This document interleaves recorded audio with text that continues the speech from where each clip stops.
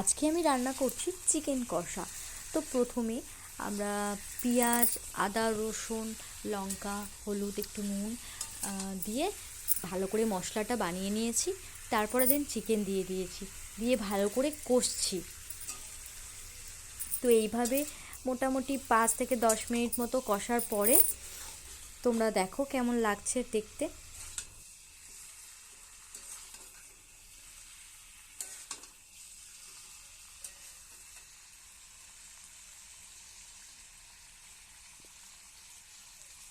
দেখো এবার চিকেনের রঙটা কেমন লাল লাল হয়েছে, দেখেই কেমন লোভ হয়ে যাচ্ছে।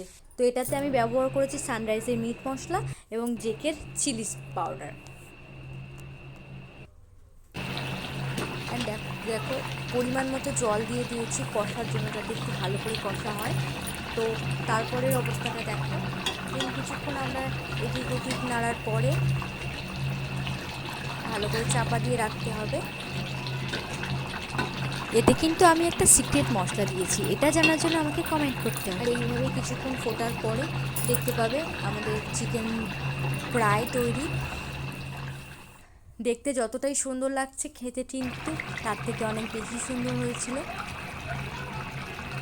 তো তোমরাও যদি এমন খাবার খেতে চাও তাহলে অবশ্যই আমার সাথে কন্ট্যাক্ট করতে পারো। আমার হাতের মাংস কষা খেতে চাইলে আমাকে কমেন্ট করতে হবে।